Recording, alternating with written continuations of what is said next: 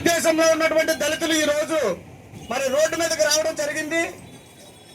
మరి ఇదే సందర్భంగా మరి ఇక్కడ ఉన్నటువంటి నర్సీపట్నంలో ఉన్నటువంటి మాకవరపాలెం మండలంలో నిర్మాణం చేపడుతున్నటువంటి మెడికల్ కాలేజీని ఇంకా నిర్మాణంలోనే ఉంది, తుప్పలతో ఉంది, ఎక్కడ ఊసలు అక్కడే ఉన్నాయి.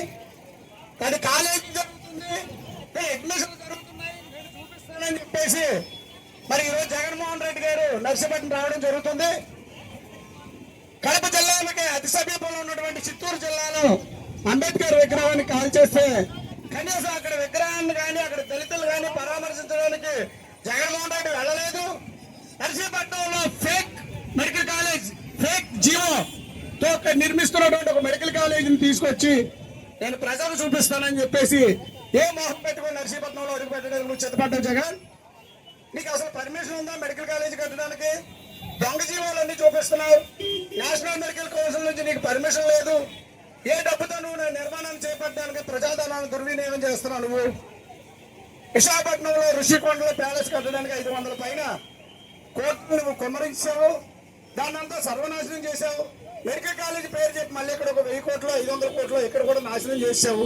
ప్రజాధనాన్ని లూటీ చేసి నువ్వు చేస్తున్నటువంటి ఈ యొక్క చీకటి పాలన, దుర్మార్గ పాలన ప్రజలందరూ తరిమి కొట్టారు. ఆనాడు నువ్వేం చెప్పావు? దళితులందరూ మా మేనమావులు, దళితులందరూ నా మేనమావులు అని చెప్పుకొచ్చావు.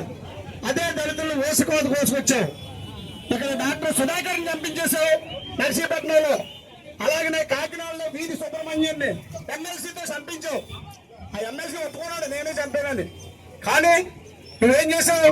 ఆ ఎమ్మెల్సీని బర్తరఫ్ చేయడం మానేసి పార్టీ వైసీపీ పార్టీ మా దళితులు పొట్టను పెట్టుకుంటున్నావు. అంబేద్కర్ విగ్రహాలను తగలెట్టిస్తున్నావు.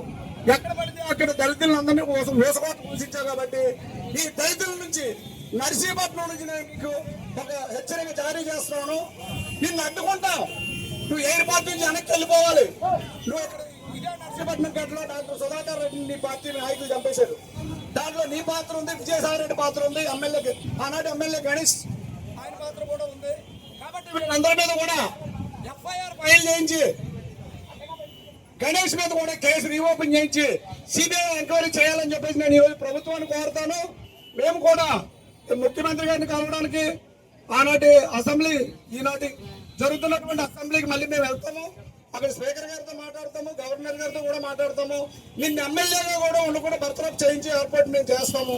దళితులతో పెట్టుకుంటే ఏం జరుగుతుందో నీకు రాబోయే రోజుల్లో మేము చూపిస్తామని చెప్పేసి నేను హెచ్చరిక చేస్తాను. ఎవరైతే దళితుల మీద దాడులు చేస్తారో వాళ్ళందరికీ మంచి మంచి పోస్టులు ఇచ్చి వాళ్ళందరినీ నువ్వు ఎంకరేజ్ చేస్తున్నావు. ఈ రోజు బాబాసాహెబ్ అంబేద్కర్ మా దేవుడు, యావత్ భారతదేశానికే దేవుడు.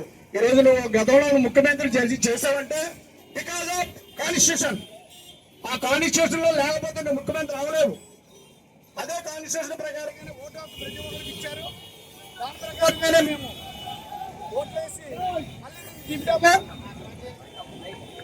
చెప్పడం జరిగింది. కాబట్టి ఈ రోజుకైనా నువ్వు బుద్ధి చెప్పుకొని నువ్వు ఎయిర్పోర్ట్ నుంచి వెనక్కి వెళ్ళిపోవాలని చెప్పేసి మేము కోరుకుంటున్నాము.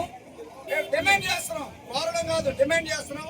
అట్ ది సేమ్ టైం మేము గ్రామాల్లోని పల్లెల్లోని ప్రతి గ్రామంలో అంబేద్కర్ విగ్రహాన్ని ఆయన మా దేవుడు కాబట్టి మేము నెలకొల్పుకుంటున్నాం. అలాంటి విగ్రహాలను తుచ్చలు చేసి నువ్వు రాంగ్ డైరెక్షన్ ఇచ్చి వైసీపీ నాయకులందరినీ రెచ్చగొట్టి దళితులను సర్వనాశనం చేయడానికి నువ్వు బయలుదేరని చెప్పేసి నేను చెప్తున్నాను. దళిత సోదరులారా, వైసీపీ జెండా మోస్తున్నట్టు నా సోదరులు ఎవరైతే ఉన్నారో వాళ్ళందరికీ నేను చేతులెత్తి నమస్కారం చేస్తాను. జగన్మోహన్ రెడ్డి పార్టీ అంబేద్కర్ అవమానిస్తున్నారు, రాజ్యాంగాన్ని అవమానిస్తున్నారు, మన దళితులు చంపేస్తున్నారు. సుమారుగా 5,000 మంది మీద కేసులు పెట్టారు.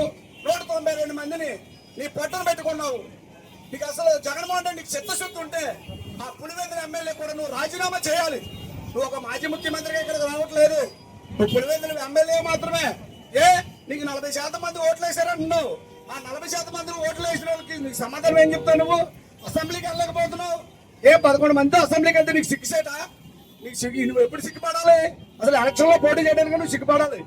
ఎందువల్ల నీకు 11 సీట్లే వచ్చాయి కాబట్టి వెంటనే ఆ రోజు నువ్వు అసెంబ్లీకి వెళ్ళకుండా నువ్వు రాజీనామా చేసి ఉండాలి.